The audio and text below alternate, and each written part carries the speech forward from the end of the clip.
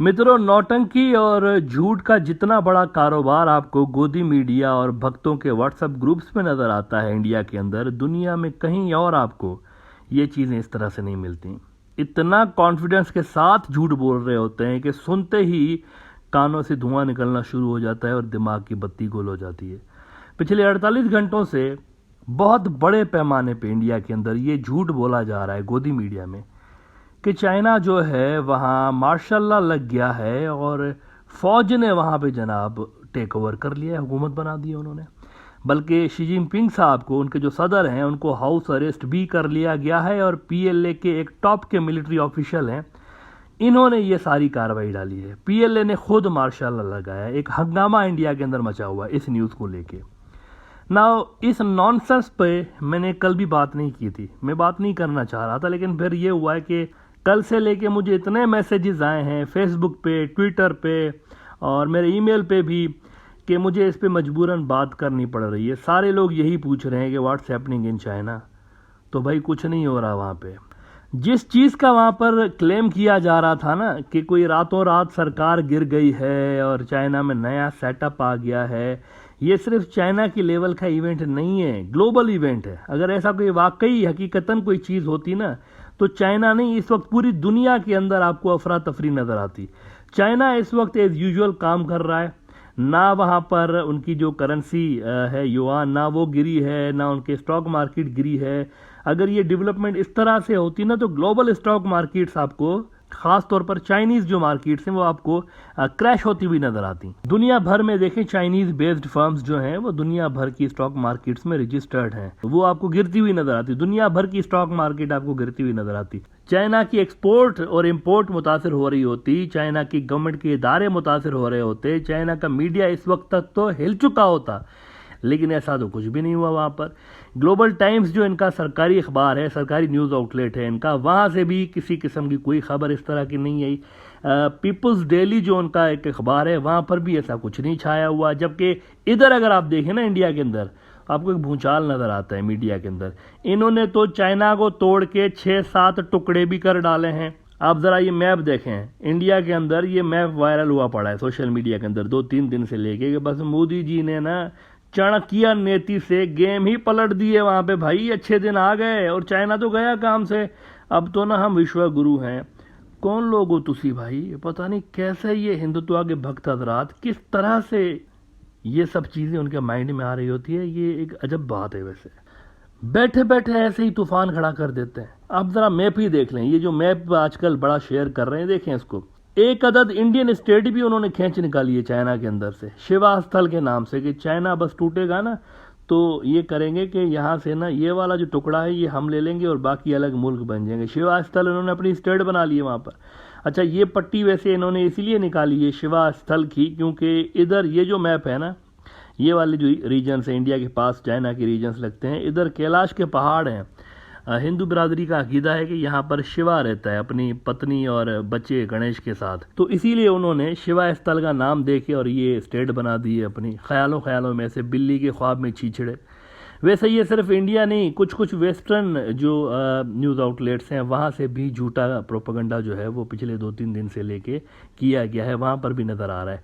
Disinformation फैलाना आजकल की जंगों का एक बड़ा इंपॉर्टेंट हिस्सा है, लेकिन चाइना पे ये सारी टैक्टिक्स इसीलिए काम नहीं कर सकती, इसीलिए उनके ऊपर इसका असर नहीं पड़ सकता क्योंकि ना इनके पास ट्विटर चलता है चाइना में, ना फेसबुक चलता है, ना यूट्यूब चलता है। उनके अपने ही सोशल मीडिया प्लेटफॉर्म्स हैं और वो गवर्नमेंट कंट्रोल कर रही होती है।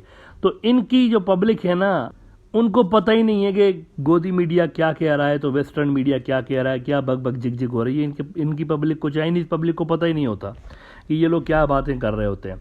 अच्छा, अब इंडिया के अंदर तो भक्तों को शी जिनपिंग नज़र नहीं आ रहा ना गुज़िश्ता 3-4 दिन से लेके। वो कह रहे हैं जब से SCO से वापस आए ना, शंघाई कोऑपरेशन ऑर्गेनाइजेशन से, तो ये हाउस अरेस्ट हैं और जो है वो नज़र नहीं आ रहे, उनको तो नज़र नहीं आ रहा। तो मैंने कहा यार हम ही ज़रा डिटेक्टिव बन जाते हैं थोड़ी देर के लिए, ढूंढने की कोशिश करते हैं कि शी जिनपिंग साहब हैं कहाँ पे, SCO के बाद वो कहाँ गए हैं, इनको नज़र नहीं आ रहा है गोदी मीडिया को, तो हम ही ज़रा ढूंढ के निकालते हैं। देखें ना, ऐसे तो गोदी मीडिया नहीं मानेगा ना कि शी जिनपिंग जो है वो हाउस अरेस्ट नहीं है। जब तक उनको कोई प्रूफ ना दिखाया जाए तो वो नहीं मानेंगे।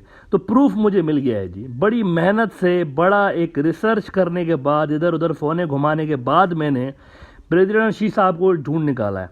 और अब आपके साथ मैं शेयर करने जा रहा हूं उनकी लेटेस्ट वीडियो, जिसमें आप देख सकते हैं कि वो ना सिर्फ खुश हैं बल्कि रिलैक्स भी हैं और हलवा बना रहे हैं, हलवा पका रहे हैं। मीठा मीठा हलवा पका के वो भक्तों को खिलाएंगे लद्दाख में, और जब वो मजीद ला के लद्दाख के लेंगे तो यही हलवा उनको खिलाएंगे। आप ज़रा इनकी ये वीडियो देखें किचन में क्या कर रहे हैं शी जिनपिंग साहब।